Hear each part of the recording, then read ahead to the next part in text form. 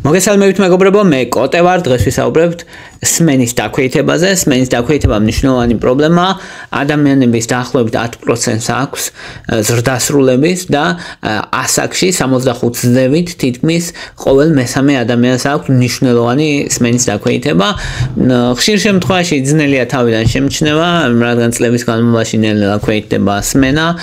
და რა არის ყველაზე მთავარი ნიშნები სმენის დაქვეითების? პირველი არის, რომ ხმაურიან გარემოში ნელ-ნელა ადამიანი რთულად იწყებს გაგებას მოსმენის და ამბობს, რომ ერთსაც ხმაურია და რო საუბრობენ არ მესმის. მეორე ყველაზე მთავარი ნიშანი არის და ადრეული ყურებში ხმაური რო ეწყება ადამიანს, მაღალი ალბათობით მიუთითებს, რომ მომავალში სმენა დაუქვეითდება, დააკლდება, რადგან ყურებში ხმაური არის სმენის მთავარი აღმთქმელი უჯრედები, რაც არის მათი დაზიანების ნიშანია და იმის ნიშანია, რომ სმენა დააკლდება, მიუხედავად იმისა, ამ მომენტში სმენის დაქვეითება აქვს თუ არა. და მესამე მნიშვნელოვანი ნიშანი არის, როცა რაღაც გესმის და ვერ ხვდები საიდან გესმის. მეოთხე მთავარი ნიშანი არის, როცა მგრძნობელობა გეზრდება ხმაურის მიმართ, რომ ვთქვათ ასე არ იყავი, მაგრამ ახლა ამ ხმაურს ვეღარ უძლებ. ეხლა პირველ რიგში ვთქვათ ასევე როგორ გვესმის საერთოდ გარემოში არის ბგერები, ბგერითი ტალღები რა ვამბობთ ბგერებს რას გულისხმობთ ჰაერში, ატმოსფეროში ატომები ირხება და ეს ატომების რხევა გადაეცემა როგორც ტალღებად და ვიბრაცია ეს რაც ატომების რხევით გამოწვეული ვიბრაცია ჩვენ ყურში შედის და დაფის აპკს ხდება. ეს დაფის აპკი ირხება, ეს რო ირხება ამის შიგნით არის პატარა ძვლები, სამი პატარა ძვალია, რომელიც აი ამ დაფის აპკის რხევას აძლიერებენ და გადასცემენ ხმაურს. გადასცემენ ხმაურს როგორც ვიბრაციას და მე ეს ვიბრაცია ბოლოს გადაეცემა უკვე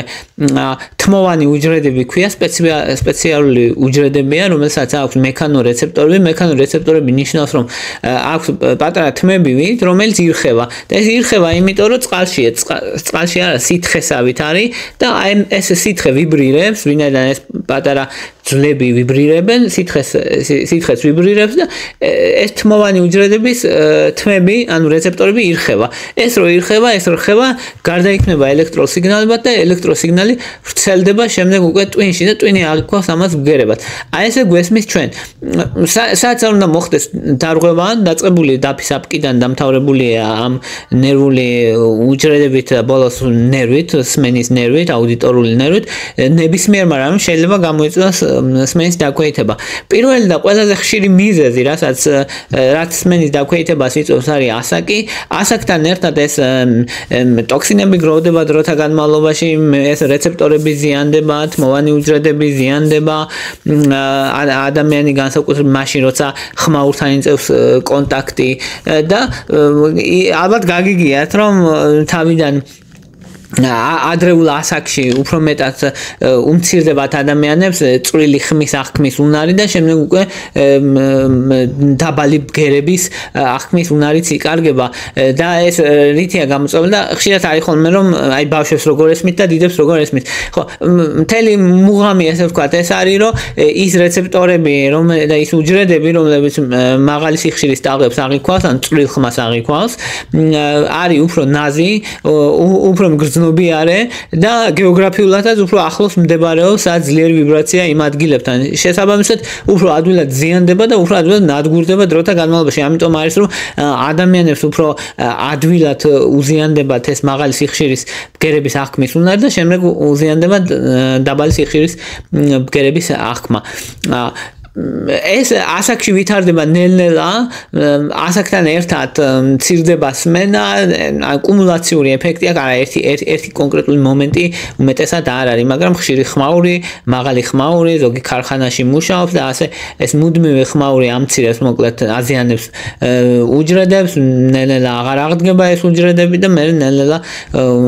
ისეთ კრიტიკულ ზღვარს მიაღწევს, როცა უკვე ადამიანს სმენა უქვეითდება, სმენის დაქვეითება იწყება ძირითადად 40 წლის ასაკიდან თავიდან არ არის შესამჩნევი დაახლოებით 10-15 წლის მერე უკვე შესამჩნევია და 50-60 წლიდან უკვე ადამიანი მნიშვნელოვნად გრძნობს რომ სმენა დაუქვეით და რა თქმა უნდა ყველა ადამიანს არ ეხება მაგრამ ადამიანების დიდ ნაწილს აქვს ეს პრობლემა მეორე ყველაზე ხშირი მიზეზი არის ხმაურით გამოწვეული სმენის დაქვეითება ხმაურით გამოწვეული სმენის დაქვეითებას რა იწვევს იწვევს მაგალითად ყურსასმენებში ხმაურლა მუსიკის მოსმენა მაგალითად ინდუსტრიულ სფეროებში ვინც მუშაობს ქარხნებში და ან ხმაური რასაც ახლავს თან ისეთი მუშები მაგალითად ღამის კლუბებში ასევე გასტროლის ხმიანობა მაგალითად როცა გაისვა მარტივად რო ვთქვათ გარეთ გადაწყვეტილ ქუჩაში რა ხმაურიც არის ეგ არის დაახლოებით 85-დან 90 დეციბელამდე და მანდ ეგეთ ხმაურში ყოფნა 8 საათზე მეტხანს არ შეიძლება იმიტომ რომ უკვე ნელ-ნელა იწვევს სმენის დაქვეითებას შეუქცევადად მაგალითად ღამის კლუბებში რა ხმაურიც არის იდეაში მანდ 15-20 წუთზე მეტი ყოფნა არ შეიძლება თუმცა სამწუხაროდ დიდხანს ატარებენ ადამიანები მაგალითად სროლა გასტროლის ხმა იარაღიდან როცა ისვიან იმდან მაღალი ხმა შეიძლება 140 დეციბელი იყოს და ერთმა გასტროლამ შეიძლება დააყროს ადამიანი თუ ყურთან ახლოს იქნება თუ ყურიდან მოშორებითაა შეიძლება დროებით გამოიწვევს სმენის დაქვეითება თუმცა ხშირად მისი მოსმენა რა თქმა უნდა სმენის დაქვეითებას იწვევს მნიშვნელოვნად ანუ ერთ-ერთი ყველაზე მთავარი მიზეზი სმენის დაქვეითების არის ხანგრძლივად ადამიანების ყოფნა ხმაურში და აი თქვა მეტროს ხმაური მაგალითად არ არის 1-2 საათზე მეტი გაბმულად მეტროში და მეტროს ხმაურის მოსმენა სმენის დაქვეითებას იწვევს და შეუქცევადად რაც მთავარია ეგ არის რომ როცა სმენა ქვეითდება ნერვი როცა ზიანდება და ეს რეცეპტორები როგორც წესი აღარ აღდგება და როგორც წესი შეუქცევადია ხოლმე ეგეთ დაზიანება ამიტომ მაქსიმალურად ხმაურს უნდა მოერდოს ადამიანი და აქვე ვიტყოდი რაც შეიძლება გაითვალისწინოს ადამიანმა 60-60-ის პრინციპი ქვია რომ თუ ყურსასმენები უსმენთ მუსიკას 60 დონეზე მეტად არ აუწიოთ და 60 წუთის განმავლობაში გაბმულად არ მოусმინოთ მეც მესამე ყველაზე ხშირი მიზეზი არის ყურების ინფექცია უფრო მეტად ვითარდება ბავშვებში შუა ყურის ინფექცია მაგალითად ვირუსულია ბევრი ზოგი ბაქტერიული ინფექცია და ბაქტერიული ინფექცია განსაკუთრებით თუ არ უმკურნალა ასეთ შემთხვევაში შეიძლება დასრულდეს ცუდად და სმენის დაქვეითებით თუმცა ბავშვებში როცა სმენა ქვეითდება ყურის ინფექციის გამო უმეტესად აღდგება ეს სმენა და უმეტესად არის დროებითი და სენსორი ნევრალური სმენის დაქვეითება ქვია შემდეგ მეოთხეს რომელიც არის 90% შემთხვევაში სრული სიყრუე თუ არის მისგან ვითარდება ეს შეიძლება გამოიწვევს აკუსტიკურმა ტრავმამ მაგალითად აი აფეთქებებმა ან ძალიან ძლიერმა ხმამ იგივე ვთქვათ იარაღის ხმამ ან საწარმოო ხმებმა თუ ძალიან ძლიერია და გარემოს ხმაურმა წამლებიდან მაგალითად ანტიბიოტიკებმა ამინოგლიკოზიდებმა ასევე მარყუჟოვანმა დიურეტიკებმა შეიძლება გამოიწვიონ და გენეტიკა ინფექციებმა მენინგიტმა მაგალითად და ეგეთ შემთხვევაში შეიძლება აღარ აღდგეს ამიტომ მნიშვნელოვანია შემდეგი არის გენეტიკური მიზეზები, ზოგ შემთხვევაში არის რომ გენეტიკურად ადამიანი თანდაყოლილად იბადება სმენის გარშე, ან სმენა დაქვეითებული და ასეთ შემთხვევას ვერ ხშირ შემთხვევაში მოკლედ ვერ შველიან ასევე მაგალითად თუ კი ორსულმა ქალმა წითურა გადაიტანა ამ დროს არის რისკი რომ ბავშვი დაიბადოს სმენა დაქვეითებული და ესეც მნიშვნელოვანია შემდეგი არის მენიერის დაავადება, მენიერის დაავადებაც იცის სმენის დაქვეითება. მენიერის დაავადება არის, როდესაც თან ახლავს თავბრუსხვევის ეპიზოდები, თავბრუსხვევის ეპიზოდის შეტევა უნდა არსებობდეს, შეტევები უნდა გრძელდებოდეს 20 წუთზე მეტი ხნის განმავლობაში და თავიდან ადამიანს დაბალი სიხშირის გერების სმენის დაქვეითება ეწყება, ან დაბალი სიხშირის გერებს ვერ გებულობს კარგად და ასევე თან ახლავს ყურებში ხმაური ტინიტუსი და ადამიანები ამბობენ, რომ აი ყურებში ხმაურის შეგრძნება მაქვს და ეს ყურებში ხმაურის შეგრძნება არის, რომ ერთ-ერთი სამარკო ნიშანია მოკლედ მენიერის დაავადების. მენიერის დაავადება, როგორც გითხარით, ასოცირებულია ხშირად თავბრუსხვევებთან და აი თავბრუსხვევა ცალკურში შუილიდან ცალკურში სმენის დაქვეითება ასე თუ იწყება, უმეტესად ეს არის მენიერის დაავადება. მენიერის დაავადება დაახლოებით 1% აქვს პოპულაციის, ზოგჯერ უფრო ნაკლებს კიდე. უეცარი